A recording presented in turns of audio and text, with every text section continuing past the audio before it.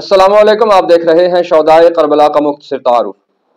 گزشتہ قسط میں بات امام علی مقام علیہ السلام کے خطبہ تک پہنچی تھی، جس میں امام علی مقام علیہ السلام نے جنگ کے آغاز سے پہلے لشکر یزید کو مخاطب کرتے ہوئے نصیحت کی تھی۔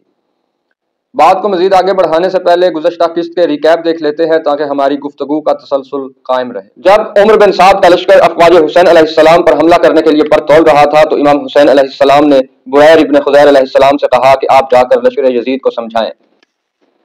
بریر ابن خزیر علیہ السلام لشکر یزید کی طرف گئے اور ان کو نصیحت کی، لیکن بے سود۔ جب بریر ابن خزیر علیہ السلام کی نصیحت کا کوئی اثر لشکر یزید پر نہ ہوا تو خود امام علی مقام علیہ السلام اپنے گھوڑے پر سوار ہوئے اور ایک روایت کے مطابق ناقہ پر سوار ہو کر لشکر یزید کی طرف گئے۔ آپ علیہ السلام نے لشکر یزید کو حمد و ثنا اور درود و سلام کے بعد ارشاد فرمایا،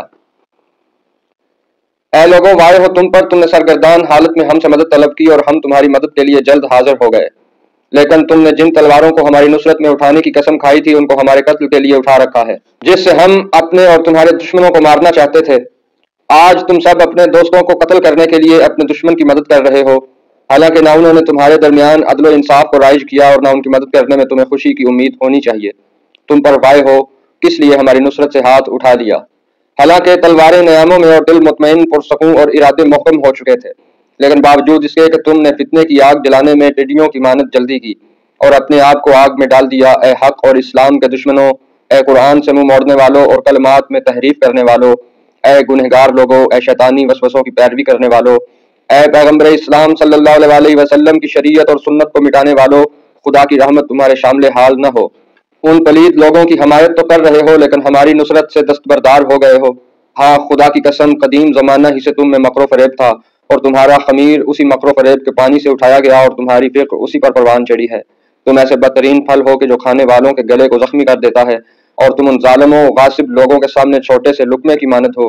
آگاہ ہو جاؤ کہ مجھے حرام زادے کے بیٹے حرام زادے نے دو چیزوں پر مجبور کیا ہے، یا تو میں اس کے خلاف تلوار نکال لوں یا ذلت کا لباس پہن کر یزید کی بیعت کر لوں، لیکن ذلت ہم سے بہت دور ہے، کیونکہ خداوند متعال اور اس کا رسول اور مومنین اس کی ہمیں اجازت نہیں دیتے کہ ہم ذلت کی زندگی کو عزت کی موت پر ترجیح دیں۔ جان لو، باوجود اس کے کہ ہم تعداد کے لحاظ سے کم ہیں لیکن تمہارے ساتھ جنگ ضرور لڑیں گے۔ خدا کی قسم، تم میرے قتل کے بعد زیادہ دیر زندہ نہیں رہو گے۔ تمہاری زندگی ایک پیادے کے سوار ہونے سے زیادہ نہیں ہے۔ زمانہ تیزی کے ساتھ تمہارے سروں پر چکی کی طرح گھوم رہا ہے اور تمہاری اضطرابی حالت چکی کی کیل کی طرح ہے۔ یہ خبر میرے والد بزرگوار حضرت علی علیہ السلام نے میرے جد امجد رسول خدا صلی اللہ علیہ وسلم سے سنی اور مجھ سے بیان فرمائی تھی۔ اب تم مل بیٹھو اور آپس میں اپنے اس معاملہ کے بارے میں ایک دوسرے سے صلاح و مشورہ کرو تاکہ کوئی بات تم پر چھپی ہوئی نہ رہ جائے۔ پھر اس کے بعد تم میرے قتل کے لیے اقدام کرو اور مجھے مہلت نہ دو۔ میں نے اس خدا پر بھروسہ کیا ہے جو ہمارا اور تمہارا پروردگار ہے۔ امام علی مقام علیہ السلام نے خطبہ ارشاد فرمانے کے بعد اس لشکر یزید سے اظہار نفرت کرتے ہوئے کہا، اے پروردگار، انہیں اپنی رحمت کی بارش سے محروم کر اور ان پر ایسا قحط نازل کر جیسا جناب یوسف علیہ السلام کے زمانہ میں نازل فرمایا، اور غلام ثقفی کو ان پر مسلط کر دے تاکہ وہ انہی موت کے تلخ جام سے سیراب کرے، کیونکہ انہوں نے مجھ کو جھٹلایا اور مجھے فریب دیا۔ تو ہمارا پروردگار ہے، تجھ ہی پر بھروسہ کرتے ہیں اور تیری ہی مغفرت کے طالب ہیں، ہر ایک کو تیری ہی طرف لوٹ کر آنا ہے۔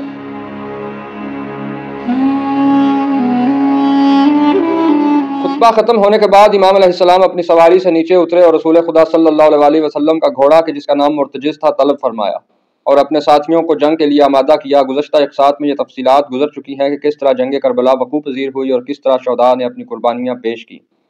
یہاں یہ بات عرض کرتا چلوں کہ فرزند رسول صلی اللہ علیہ وسلم جہاں تمام انتظامات کی قیادت فرما رہے تھے، وہیں جب کوئی آپ کا جانثار زخموں سے چور ہو کر خاک کربلا پر گرتا اور آپ علیہ السلام کو پکارتا تو آپ علیہ السلام ضرور اس کی مدد کو پہنچتے۔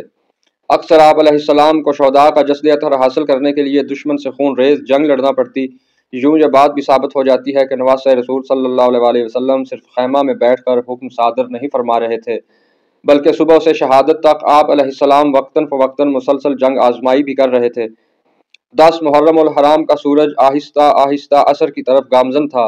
ہر گزرتے لمحے کے ساتھ حسین علیہ السلام کے مددگاروں میں کمی واقع ہو رہی تھی۔ شہزادہ علی اصغر علیہ السلام کی شہادت کے بعد امام علی مقام علیہ السلام کے تمام مددگار بارگاہ خداوندی میں جا چکے تھے۔ اب حسین علیہ السلام اپنے آخری معرکے کے لیے آمادہ نظر آتے تھے کہ دفعتاً امام حسین علیہ السلام کا استغاثہ بلند ہوا۔ کیا کوئی ہے کہ جو دشمنوں کو حرم رسول اللہ صلی اللہ علیہ وسلم سے دور کرے؟ کیا کوئی خدا پرست ہے جو ہمارے حق میں خدا سے ڈرے؟ کیا کوئی ہے جو خدا کی خاطر ہماری مدد کرے؟ یہ کلام، یہ استغاثہ، یہ مدد کا سوال ایک طرف دشمنان اسلام کی سماعتوں سے ٹکرایا اور دوسری طرف خیمہ گاہ حسین میں موجود خواتین نے سنا۔ ایک طرف آسمان کی مخلوقات متوجہ ہوئیں اور دوسری طرف جنات کے دل اس فریاد سے دہل کر رہ گئے۔ یہ استغاثہ آج تک نوع انسانی کو مخاطب کرتا چلا آ رہا ہے۔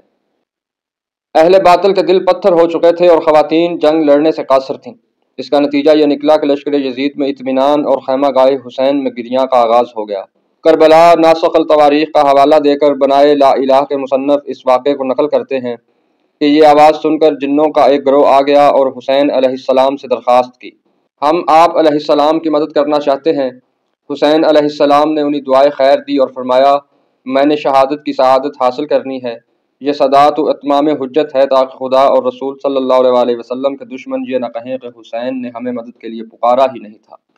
امام علیہ السلام ابھی جنات سے باتیں کر رہے تھے کہ خیمے سے بیمار کربلا امام زین العابدین علیہ السلام حضرت امام حسین علیہ السلام کی مدد کے لیے لاٹھی کے سہارے چلتے ہوئے باہر تشریف لائے تو امام حسین علیہ السلام نے اپنی بہن ام کلثوم سلام اللہ علیہا کو صدا دی اور فرمایا، امام زین العابدین علیہ السلام کو فوراً خیمے میں لے جاؤ۔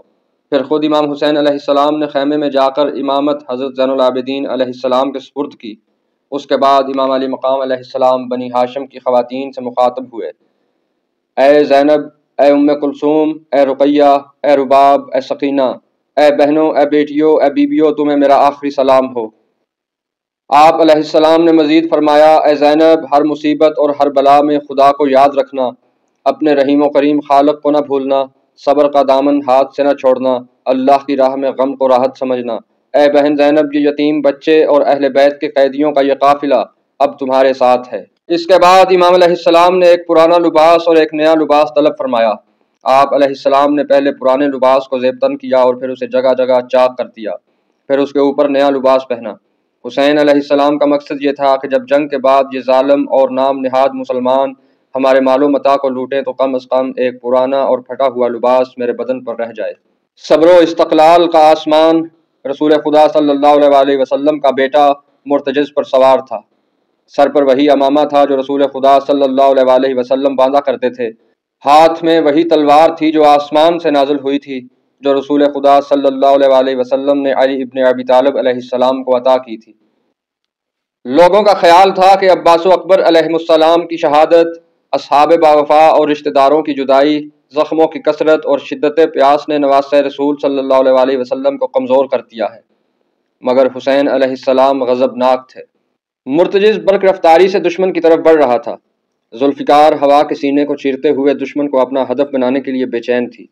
امام علی مقام علیہ السلام انتہائی غضبناک ہو کر دشمن کو جنگ کے لیے للکار رہے تھے۔ جو بھی مقابل آتا حسین علیہ السلام اسے قتل کر دیتے۔ کثیر تعداد میں دشمن امام علیہ السلام کے مقابل آیا کیونکہ ان کا خیال تھا کہ حسین علیہ السلام اب کمزور ہو چکے ہیں اور وہ جنگ نہیں کر سکیں گے، لیکن ان کثیر دشمنوں میں سے صرف وہی زندہ رہے جنہوں نے میدان چھوڑ کر بھاگنے میں عافیت محسوس کی۔ امام علیہ السلام کی تلوار بجلی کی طرح دشمن پر لپک رہی تھی اور فرزند رسول صلی اللہ علیہ وسلم فرما رہے تھے، قتل ہونا شرمندگی سے بہتر ہے اور شرمندگی جہنم میں جانے سے بہتر ہے۔ تاریخ اس بات کی گواہ ہے کہ 30,000 کا لشکر اکیلے حسین علیہ السلام سے ٹھہر کر مقابلہ کرنے سے قاصر تھا۔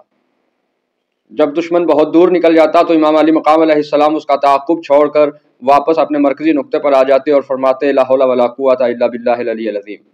اس طرح اس بات کی خبر خیمہ گاہ میں پہنچ جاتی کہ حسین علیہ السلام کامیاب حملہ کرنے کے بعد واپس لوٹ آئے ہیں۔ اب دشمن نے یہ کوشش کی کہ امام حسین علیہ السلام کے لیے ایک سے زیادہ محاذ کھولے جائیں تاکہ فرزند رسول صلی اللہ علیہ وسلم یکسوئی سے جنگ نہ کر سکیں۔ ایک لشکر جو کہ امام حسین علیہ السلام کے مقابلے میں تھا اور ایک لشکر کا حصہ خیمہ گاہ پر حملہ آور ہوا۔ جب امام علی مقام علیہ السلام نے دیکھا کہ ایک لشکر خیمہ گاہ کی طرف بڑھ رہا ہے تو آپ علیہ السلام نے فرمایا، وائے ہو تم پر اے آسمان کے ماننے والو، اگر تم دیندار نہیں ہو اور قیامت کے دن سے نہیں ڈرتے تو کم از کم اپنی دنیا میں تو آزاد بن کر رہو۔ شمر نے استفسار کیا، اے فاطمہ کے فرزند کیا کہتے ہو؟ جواب میں امام علیہ السلام نے فرمایا، میں تم سے جنگ کر رہا ہوں اور تم مجھ سے جنگ کرو۔ عورتوں کا تو کوئی قصور نہیں، جب تک میں زندہ ہوں تمہارے سرکش، نادان اور ظالم میرے حرم کے قریب نہ جائیں۔ شمر نے کہا، ہم یہ بات قبول کرتے ہیں۔ اب دشمن اثر نو صف بندی کے بعد چاروں طرف سے بیک وقت فرزند رسول اللہ صلی اللہ علیہ وسلم پر حملہ آور ہوا۔ کہا جاتا ہے کہ اتمام حجت کے لیے فرزند رسول حالت جنگ میں بار بار ان سے پانی طلب کرتے رہے اور لشکر یزید بار بار ان کا انکار کرتا رہا۔ نواسہ رسول صلی اللہ علیہ وسلم کے جسم اطہر پر کم و بیش 1900 زخم لگ چکے تھے۔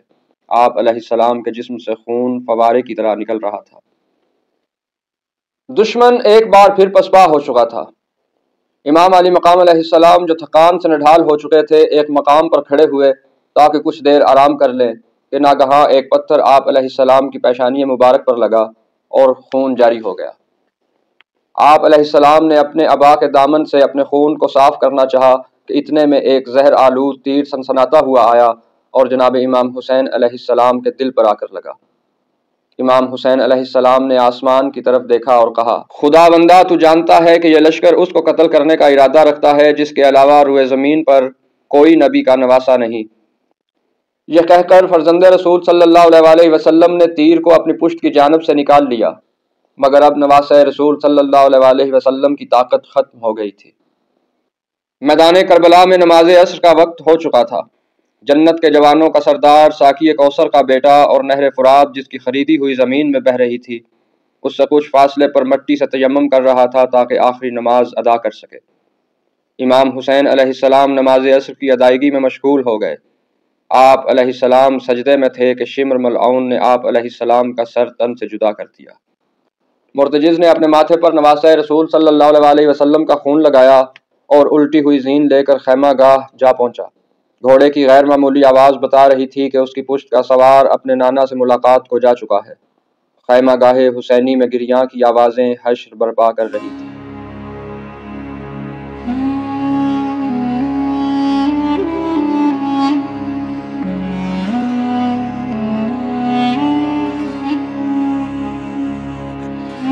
السلام علیکم یا ابا عبداللہ